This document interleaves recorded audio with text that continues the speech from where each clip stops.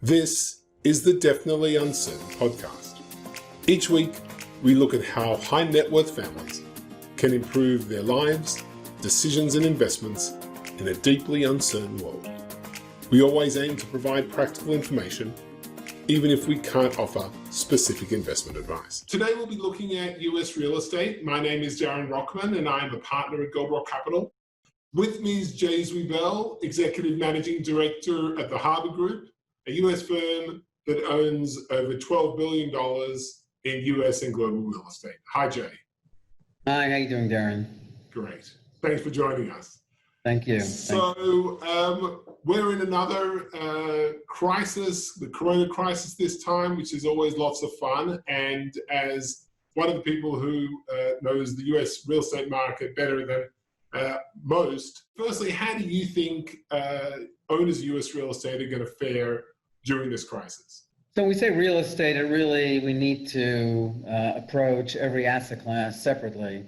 I would say, namely, there are two very major categories. The first would be retail and hospitality, and maybe in the second category, we put office and multifamily.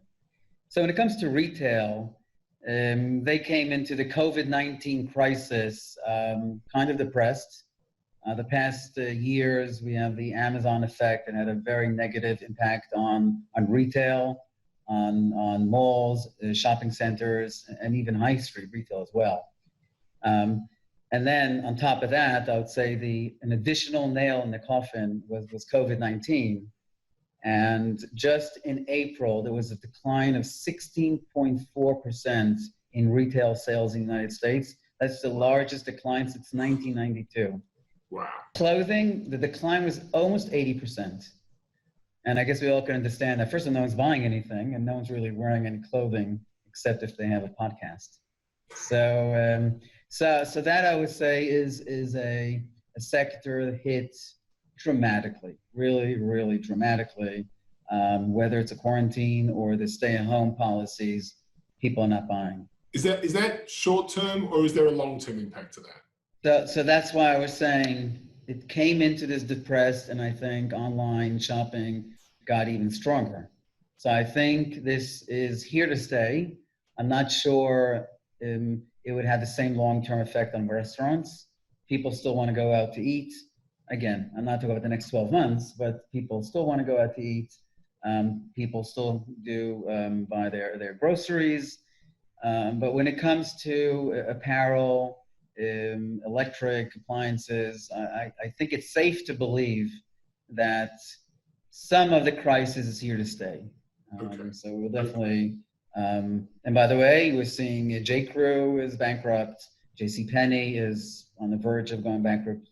So a lot of these companies are not even going to survive. Let's look at the other side at office, and I want to take these separately. Right. Office and what this does to office and demand for office. There's a lot of talk around whether or not people are going to stay at home, work from home, and all of that. And then we can talk about residential.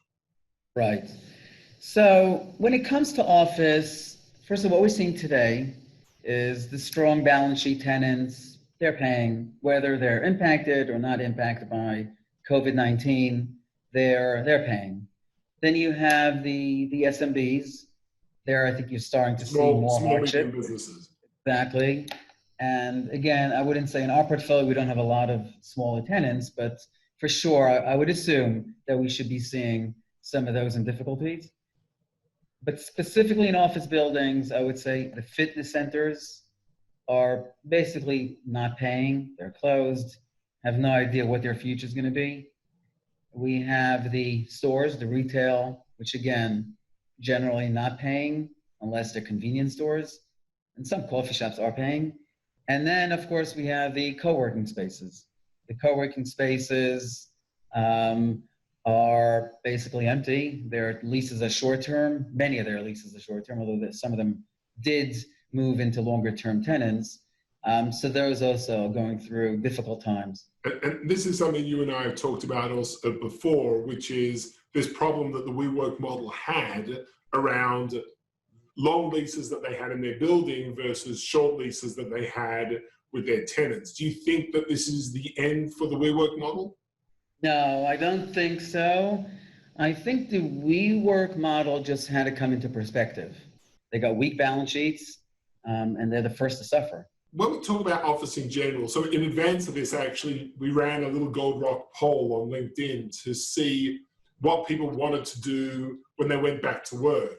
And we found, small sample, but we found that 55% of people who responded wanted to work in an office only between 1 and 3 days a week. What do you think business owners are going to do in terms of their leases? Are they going to lease the same amount of space next time around as they are at present, or is that going to change? That's a tough question, but a good one. So if we're listening to what some of them are saying, so the CEO of Morgan Stanley said they're going to occupy less office. Twitter, I guess they tweet to their employees that they don't have to come to the office forever. That's a quote. I'm also hearing from high-tech companies, and I think it really depends on the nature of those employees. They're actually more productive at home because they are young, they socialize at work. If they're single, so they were at home alone, so they actually were more productive. So I think that would be on the negative side of going to the office. On the other hand, I think people still want to collaborate, they want to socialize. I think the employers will have better supervision, better control over people that come to the office. I think the average size or space per employee may grow. So it could be that we'll see lesser space, but better quality of space. One thing we need to remember is many of us can work from home, but there are people that don't have that ability to work from home, whether they have young kids or they don't have the extra room that they can sit and work. I think net, it would have a negative effect.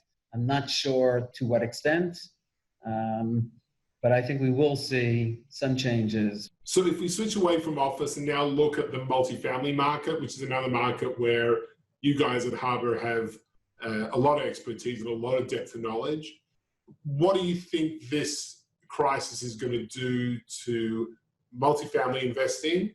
And is it going to have a real change? Remember, last time the crisis was all about housing. What's going to happen this time? Right. So first I'll tell you what we've seen. And we have 45,000 units that we manage. So I think it's gives us a good picture of what's happening. So beginning of March, we were very concerned about multifamily, about collections. We cut all extra expenses. We stopped every capital project that we had. And we even encouraged tenants to sign new leases for another 12 months at the same rent. We actually did not reduce rents, but saw no increases, but we tried to do that as well. And then came April, and the collections that we had in April were 93.8%. Just to compare, February was 96. Right. So it's a reduction. Not a big change. But really not even close to what we expected. And then we said, okay, May is going to be bad. Right. So currently May is better. May 15th is better than where we were April 15th. So I think for the first time in the United States, people are putting their rental payment before their car payments because they're not driving. So they have less expenses. The multifamily is somewhat of a safe haven. Again, it's the people home, and they do everything they can. The CARE Act helped that as well. They do everything they can to make their rental payments. Okay. So at least currently, we see it as being, or weathering this storm relatively well. A much better position than we were in 2008. That is correct. But I do think that the effect would be different from the effect that we've seen in 2008. Okay, so if I summarize the position, retail and leisure, a lot of uncertainty, potentially a lot of danger. Moving into commercial and office, some uncertainty around demand going forward, but a lot more stability. And then we move into residential and multifamily, and there the picture, at least for the moment, seems relatively good. Yeah, I think leisure is definitely dangerous, but I think can be interesting for some investors. Within that world, what are you guys seeing as the most interesting opportunities today in US real estate?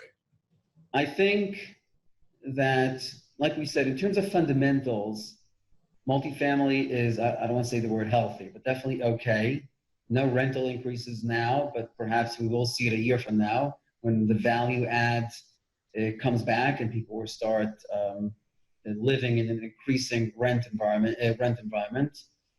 But when it comes to the capital markets, first, currently we're not seeing the pricing changes that we're seeing in retail and hospitality. We're not really seeing, I mean, the market for sure has softened. There are no deals now, but you're not really seeing price declines. What will drive that will be mostly the financing markets. And that's when sponsors need to refi their loans, developers need to get out of their construction loans, and that's where we may see, and I hope we'll see opportunities. How far out is that? It may be a quarter or two from now. Maybe next quarter we'll start seeing that. Because when it comes to multifamily, Freddie, Fannie, and other lenders give the sponsor the right to request forbearance and not pay their rent, not pay their mortgage payments. Other lenders is doing that as well. So as long as they don't pull the trigger, no one will be pressured to sell. Okay. So the pressured sellers will come. It would be maybe next quarter. We've seen a few of them, but not many. And I think we'll see that from developers with condos that are ready to go but are stuck in their inventory. And we perhaps will see it when it comes to multifamily on loans that are maturing. And we're seeing it to a certain extent on deals that were signed pre-COVID-19 and need to close now. They are having a hard time getting the financing that they were supposed to get or expected to get. So in terms of the office market, I think the driver will be the same. It may come from the financing side. And again, you'll see it mostly on sponsors with over-levered properties and having difficulty paying their mortgage payments. Okay, so no opportunities as we stand today, but possibility for things coming through the pipeline as we move towards the end of the year. All right, Jay, thank you very, very much. This has been really eye-opening, and thanks for your input. Jay Zweibel of the Harvard Group, and look out for more podcasts coming your way soon from Goldrock Capital.